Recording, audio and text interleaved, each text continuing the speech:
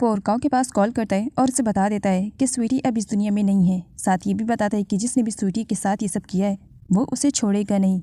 मानी अपनी बेटी के खोने के गम में एकदम पागल सी हो गई थी, लेकिन फिर भी खुद को संभालती है। विट ग्रैंड मदर के पास जाता है और कॉन्ग के बिहाफ में सॉरी बोलता है कि ये सब कुछ कहीं ना कहीं उसकी गलती की वजह से हुई है और वो इसकी भरपाई करना चाहता है। क्या वो उसे एक चांस दे सकती हैं ताकि वो कॉन्ग का अच्छी तरीके से ख्याल रखे। ग्रैंड मदर को जब मालूम पड़ता है कि विट पैट का ही छोटा भाई है, तब वो उससे काफ़ी रूड तरीके से बात करती हैं और उसे वहाँ से जाने के लिए कह देती हैं, जिस पर विट ये बोल पड़ता है कि वो कॉन्ग से बहुत ही ज़्यादा प्यार करता है। क्या प्लीज़ वो उसे एक चांस दे सकती हैं। विट जो कि एक लड़का है लेकिन फिर भी वो एक लड़के से प्यार करने के लिए कह रहा है। ग्रैंड मदर एकदम पागल हो जाती हैं और विट को वहाँ से जाने के लिए कह देती हैं कि ज़िंदगी में कभी भी मैं तुम्हें चांस नहीं दूंगी। इधर दिखाया जाता है स्वीटी का फ्यूनरल अटेंड करने के लिए बहुत सारे लोग आए हुए थे, जहाँ पर किसी के आंसू असली थे तो किसी के मगरमच्छ के आंसू थे जो दिखावा करने के लिए थे, जैसे कि पैट और ओन। और स्वीटी का फेवरेट टेडी बियर उसके साथ रखता है, जिस पर मानी उठा लेती है, रोते हुए कहती है कि मेरी बेटी की आखिरी निशानी है और मैं इसे अपने पास रखूँगी।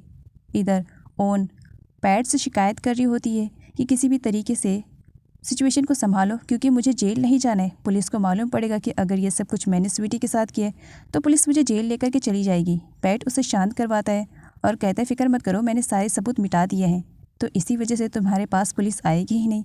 और उन दोनों को इस तरीके से बातें करते हुए पोर देख लेता है। स्वीटी की फ्यूनरल को अटेंड करने के लिए काओ और पियून भी आए हुए थे। पोर काओ से कहता है कि वो यहाँ से चली जाए क्योंकि मानी के ऊपर तो खून सवार है। काओ का कहना था कि बस एक बार वो स्वीटी के फ्यूनरल को अटेंड कर ले, उसके बाद वो यहाँ से चली जाएगी। पोर इसके बारे में मानी से बात करता है। मानी को काओ फूटी आंख भी नहीं भाती थी, लेकिन फिर भी उसने काओ को परमिशन दे दिया कि वो उसकी बेटी की फ्यूनरल को अटेंड कर सकती है क्योंकि उसके दिमाग में तो कुछ और ही खिचड़ी पक रही थी। काओ और प्यून दोनों ही स्वीटी के फ्यूनरल को अटेंड करते हैं, तो वहीं पर मानी ने काओ को अरेस्ट करवाने के लिए पुलिस बुला ली थी। इसके बारे में पोर के फ्रेंड को आइडिया होता है, तब वो पोर से कहता है कि टेम्पल के बाहर इतने सारे ऑफिसर्स क्यों आए हुए हैं। तब पोर को डाउट होता है, इसी वजह से वो जा करके मानी से बात करता है और मालूम पड़ता है कि ये सब कुछ मानी ने किया है और वो काओ को अरेस्ट करवाना चाह रही है अपनी बेटी के मर्डर के केस में। पोर किसी तरीके से काओ को बचाना चाहता था। वो काओ को बताता है कि उसका यहाँ से निकलना बहुत ज़रूरी है, नहीं तो उस पर मर्डर केस का भी इल्ज़ाम लगेगा, जहाँ पर उसके फ्रेंड्स सजेस्ट करते हैं कि उसे इस वक्त पोर के ही साथ जाना चाहिए। पोर चोरी छुपे कैसा भी करके काओ को अपनी ही कार की डिक्की में छुपा देता है और उसके बाद पुलिस को काओ नहीं मिलती है। जब इसके बारे में मानी को मालूम पड़ता है, तब वो पुलिस से कहती है कि किसी भी तरीके से वो बस काओ को सलाखों के पीछे करे। सभी लोगों की कार की चेकिंग हो रही थी, पोर की भी कार चेकिंग होने वाली थी, लेकिन मालूम पड़ता है कि ये मानी का भाई है, इसी वजह से उसकी कार को चेक नहीं किया जाता है और उसकी कार निकल जाती है। काओ अपनी सिचुएशन के बारे में ग्रैंड मदर को बताने के लिए कॉल करती है।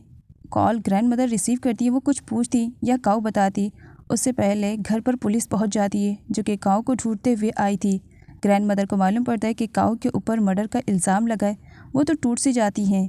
अब यहाँ पर दिखाया जाता है थी को, जो अपने पेरेंट्स के साथ आया हुआ था काओ का हाथ मांगने के लिए, लेकिन जब उसके पेरेंट्स को मालूम पड़ा कि काओ के ऊपर मर्डर का इल्ज़ाम लगा है, तब वो लोग इस रिश्ते से तैयार ही नहीं थे और अपने बेटे को ले करके वहाँ से चले जाते हैं। इधर पोर काओ को अपने फार्म हाउस पर लेकर आता है, जहाँ पर वो काओ को स्ट्रिक्टली वार्न करता है कि बिना उसकी परमिशन के काओ किसी के पास भी कांटेक्ट करने की कोशिश नहीं करेगी। लेकिन काओ के दिमाग में एक बात बैठ गई थी कि उसने स्वीटी का मर्डर नहीं किया है, तो पुलिस को जाकर के बताएगी, पुलिस इन्वेस्टिगेशन करेगी और उसे नहीं अरेस्ट करेगी। लेकिन पोर जानता था कि मानी जानबूझ करके काओ को फंसा देगी, इसी वजह से उसने काओ को कई बार रोकने की कोशिश की, लेकिन काओ ने फिर भी पोर का फ़ोन छुपा करके जैसे तैसे करके घर वालों से कांटेक्ट करने की कोशिश की। कॉल आंट रिसीव करती है, वो कुछ बात करती उससे पहले पोर कट कर देता है कि ये ऐसा करना ख़तरनाक होएगा, और सच में ऐसा करना ख़तरनाक ही साबित होता क्योंकि काओ के घर के बाहर पुलिस जो लगी हुई थी। पोर काओ को समझाते हुए कहता है कि अगर उसने दोबारा से ऐसी गलती की तो पुलिस यहाँ तक पहुँच आएगी उनके नंबर को ट्रैक करते हुए। पोर के इतना समझाने के बाद भी काओ के दिमाग की बत्ती नहीं जल रही थी, वो तो बस घर जाने की जिद कर लेती है, जिस पर ना चाहते भी पोर को काओ को अपने हाथ के साथ बांधना पड़ता है। इधर कॉन्ग कोशिश करता है कि वो किसी तरीके से काओ के साथ कांटेक्ट कर सके। बीच में नाइफ रखी हुई थी, वो नाइफ पर हाथ रखने वाला था, लेकिन सही टाइम पर विट आ करके कॉन्ग को बचा लेता है। कॉन्ग को तो कुछ नहीं होता है, लेकिन विट के हाथ पे नाइफ लग जाती है। कॉन्ग को इसके बारे में मालूम पड़ता। ग्रैंड मदर जब अपनी आंखों से देखती है कि विट कॉन्ग को लेकर के कितना ज़्यादा पॉजिटिव है, उसके बाद क्या वो विट को परमिशन दे देती हैं। वो विट के हाथ को कॉन्ग के हाथों में सौंप देती है, इस उम्मीद में कि विट उनके बेटे कॉन्ग का अच्छी तरीके से ख्याल रखेगा। अब उन्होंने पहले से ही अपनी बेटी को खो दिया है, वो कॉन्ग को खोना नहीं चाह रही थी। इसी वजह से वो विट को भी स्वीकार कर लेती हैं। वो विट को हक करती हैं और उसे कॉन्ग का ख्याल रखने के लिए कहती है। विट, जिसे अब परमिशन मिल चुकी थी, वो कॉन्ग का रात दिन एक करके ख्याल रख रहा था। मानी ने पोर के फ़ोन की लोकेशन को ट्रैक कर लिया था और पुलिस को भी अपने साथ लेकर आई हुई थी, जहाँ पर वो काऊ को रंगे हाथों पकड़ती है, जो कि पोर के साथ थी। पोर काऊ को बचाने की कोशिश में तो लगा था, लेकिन पुलिस पोर को पकड़ती है और आधी पुलिस काऊ को पकड़कर जेल में लेकर के चली जाती है। अब जेल में मिलने के लिए उसके पास ओन आती है। ओन उसे अपना वेडिंग कार्ड दिखाती है कि देखो, मेरी और पोर की जल्द ही शादी होने वाली है। तो वहीं पर पोर आता है, जो काऊ से कहता है कि वो किसी भी कंडीशन में ओन से शादी नहीं करेगा, चाहे जो कुछ भी हो जाए। ग्रैंड मदर भी वहाँ पर आ जाती है और उन दोनों को एक साथ देख लेती है। पोर ग्रैंड मदर को देखता है तो अपने आंसू पर कंट्रोल नहीं कर पाता है। वो अपने घुटनों के बल बैठ करके माफ़ी मांगता है। साथ ही ये भी कहता है कि वो भी उसे लाइफ में एक चांस दे दें ताकि वो काऊ को जेल से बाहर निकाल सके। ग्रैंड मदर हर तरफ से मुसीबतों में घिरी हुई थी और उन्हें अपनी बच्चे को बचाने के लिए जो कुछ भी करना पड़ रहा था वो करने के लिए तैयार थी। इसी वजह से वो पोर को भी एक्सेप्ट कर लेती हैं। पोर ग्रैंड मदर को हक करता है और उनसे कहता है कि वो काऊ को जेल से बाहर निकलवाने के लिए जो बन पड़ेगा उससे वो करने के लिए तैयार है। कॉन्ग को जब इसके बारे में मालूम पड़ता है कि उसकी सिस्टर काऊ इस वक्त जेल में है, तब वो बहुत बुरी तरीके से टूट जाता है। मानी ने पोर के सामने सिचुएशन इस तरीके से क्रिएट कर दिया था कि अगर उसे काऊ को जेल से बाहर निकलवाना है तो उसे ना चाहते भी ओन से शादी करनी पड़ेगी। और पोर अपने ग्रूम वाले लुक में रेडी हो रहा था। ओन के साथ उसकी शादी के सारे रिचुअल्स को स्टार्ट कर दिया जाता है। ओन बहुत ज़्यादा खुश थी कि फाइनली आज वो पोर को पा ही लेगी। मानी भी खुश थी कि काऊ उसके भाई के लाइफ से हमेशा के लिए दूर हो जाएगी।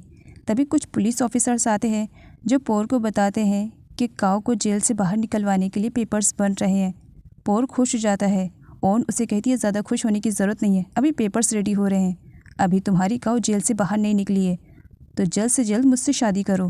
पोर की दी हुई कुर्बानी की वजह से काऊ जेल के बाहर आ चुकी थी। ग्रैंड मदर और बाकी सभी लोग उसे रिसीव करने के लिए आते हैं। कॉन्ग भी बहुत ही ज़्यादा खुश होता है कि फाइनली उसकी बहन जेल से बाहर निकल गई है। मानी ने काऊ को जेल से तो बाहर निकलवा दिया था, लेकिन अब उसका फैसला वो अपने हाथों से करने वाली थी। वो काऊ को धोखे से एक जगह पर बुलाती है जहाँ पर वो अपने गन से उसे शूट करने वाली थी। काऊ अपने बचाव के लिए वहाँ से भागती है। मानी भी उसके पीछे दौड़ रही थी अपनी बेटी की टेडी बियर के साथ, जो अचानक से छूट जाता है और उसमें लगा हुआ बटन ऑन हो जाता है। इस टेडी बियर में एक मशीन लगी हुई थी जो कि वॉइस को रिकॉर्ड करती थी और उसने उस टाइम की वॉइस को रिकॉर्ड किया था जब उसके हस्बैंड पैट और ओन ने उसकी बेटी को मारा था। मानी ने सच्चाई को अपने कानों से सुना था कि किस तरीके से पैट और ओन की वजह से उसकी बेटी की जान गई और इन लोगों ने मिल करके काऊ पर इल्ज़ाम लगाया। सच्चाई जानने के बाद मानी गन उठाती है और वहाँ से भागती है। काऊ पोर के पास कॉल करती है और उसे मानी के बारे में बता देती है कि उसे सच्चाई के बारे में पता चल गया है और इस वक्त वो उसी के ही इवेंट में जा रही है। वो उसे संभाल ले वरना मानी तबाही मचा देगी। पोर और ओन की शादी की सारी रिचुअल्स कंप्लीट हो जाती है। बारी थी केक कट करने की। अभी तलवार से केक कट किया जाने वाला था, तभी वहाँ पर भड़कती हुई मानी पहुँच जाती है, जो कि ओन को उसकी सच्चाई के बारे में बताती है कि किस तरीके से उसके हस्बैंड के साथ मिल करके उसने उसी की ही बेटी को मार डाला है, जो कि ओन इस बात को एक्सेप्ट करने के लिए तैयार ही नहीं थी। पैट भी सुन रहा था। ओन सारा इल्ज़ाम काऊ पर लगाते हुए कहती है, मानी से ज़रूर तुम्हें कुछ मिसअंडरस्टैंडिंग हुई है, भला तुम्हारा हस्बैंड और मैं एक साथ कैसे मिल सकते हैं, और हमने ऐसा कुछ भी नहीं किया है। मानी उस वॉइस रिकॉर्ड को ऑन कर देती है, जिससे आए हुए सभी गेस्ट सुन लेते हैं कि किस तरीके से पैट और ऑन का अफेयर चल रहा था। ऑन प्रेग्नेंट थी और इस चक्कर में उसने किस तरीके से उसकी बेटी को मारा। अब जब मानी के सामने ओन की सच्चाई आ जाती है, उसने हमेशा ओन को सपोर्ट किया था, लेकिन ओन ने ही उसकी पीठ में छुरा घुसा था। ये सदमा मानी से बिल्कुल भी बर्दाश्त नहीं होता है और वो ओन को शूट कर देती है। अब बारी थी पैट की, जो डरा हुआ था कि उसकी वाइफ ने ओन को मार दिया है, अब नंबर उसका है। वो भाग रहा था, लेकिन सामने से मानी आ जाती है और उससे कहती है, इतनी आसानी से मैं तुम्हें कैसे माफ़ कर सकती हूँ? एक बाप हो करके क्या तुम्हारे हाथ नहीं कांपे अपनी ही बेटी की जान लेते हुए? पैट सिचुएशन को संभालना चाह रहा था, इसी वजह से मानी से कहता है, आई एम सॉरी, प्लीज़ मुझे माफ़ कर दो। हाँ मेरी गलती, मैं ओन की बातों में आकर के बहक गया था, लेकिन क्या प्लीज़ एक मौका दे सकती हो मुझे माफ़ी मांगने के लिए? मानी कहती है, माफ़ी? अगर बात मेरी रहती तो मैं तुम्हें माफ़ भी करती, लेकिन बात मेरी बेटी की थी जिसे मैं जान से भी ज़्यादा प्यार करती थी, और तुमने उसे मुझसे छीन लिया, तो तुम कैसे बच सकते हो? वो शूट करती उससे पहले काऊ और पोर्ट दोनों ही मानी को रोक लेते हैं। काऊ मानी से कहती है कि वो अपने हाथों को गंदा न करे, पैट को पुलिस हैंडल कर लेगी। पैट को मौका मिलता है, वो काऊ को घसीट लेता है और अपने बचाव के लिए काऊ को इस्तेमाल करने वाला था। यहाँ पर पोर काऊ को बचाने के लिए पैट के साथ फाइट कर रहा था, तो वहीं पर मानी अपने हस्बैंड पैट को शूट करती है, लेकिन वो गोली गलती से पोर को लग जाती है और पोर ज़मीन पर गिर पड़ता है, जहाँ पर काऊ पोर को संभालने लगती है। वो बहुत बुरी तरीके से रो रही थी। पैट भागने वाला था, लेकिन मानी उसे शूट कर देती है। मानी रोते हुए कहती है कि मैंने उस गलती की सज़ा भुगती जो मैंने की ही नहीं, सिर्फ तुम्हारी वजह से, और तुम दगाबाज निकलोगे तो तुम्हें मैं कैसे छोड़ सकती हूँ? पैट को गोली लगती है, जिसकी वजह से वो सीढ़ियों से नीचे गिर जाता है। मानी ने अपने ही हाथों से अपनों का खून बहाया था और वो अपनों को अपनी ही आंखों के सामने मरते हुए नहीं देख सकती थी। इस सदमे में मानी खुद को खुद ही से शूट कर लेती है और मर जाती है। पैट की जान तो बच चुकी थी, वो हॉस्पिटल में एडमिट था, लेकिन गोली लगने और सीढ़ियों से नीचे गिरने की वजह से उसकी बॉडी पूरी तरीके से पैरालाइज हो चुकी थी। डॉक्टर का कहना था कि जब तक पैट की ज़िंदगी है वो इसी तरीके से बेड पर ही रहेगा, वो कभी भी दोबारा खड़ा नहीं हो पाएगा। इस सदमे में पैट बहुत रोता है। पोर को गोली लगी थी, लेकिन उसकी ज़िंदगी बाकी थी, इसी वजह से उसकी जान बच जाती है। वो काऊ के पास जाता है। इधर पियोन और उसके बॉस को दिखाया जाता है। फाइनली उन दोनों ने भी एक दूसरे को डेट करना स्टार्ट कर दिया था। कॉन्ग और विट की लाइफ भी स्मूथली चल रही थी और वो दोनों एक दूसरे से प्यार करने में अब बिल्कुल भी झिझक नहीं रहे थे। दोनों एक दूसरे को सपोर्ट करते हैं और पोर भी काऊ को एक सरप्राइज़ देता है, जहाँ पर वो उसे शादी के लिए प्रपोज़ करता है और काऊ भी पोर के प्रपोज़ल को एक्सेप्ट कर लेती है। दोनों बहुत ही ज़्यादा खुश होते हैं। पोर काऊ को हक करता है और प्रॉमिस करता है कि वो काऊ का हमेशा अच्छी तरीके से ख्याल रखेगा। साथ ही वो काऊ को किस भी करता है और इन दोनों की इसी के सीन पर ही इस ड्रामे की एक हैप्पी सी एंडिंग हो जाती है। गाइस कमेंट करके ज़रूर बताइए कि आपको ड्रामे की एक्सप्लेनेशन कैसी लगी, नेक्स्ट कैसा ड्रामा होना चाहिए, आप मुझे कमेंट कर सकते हैं।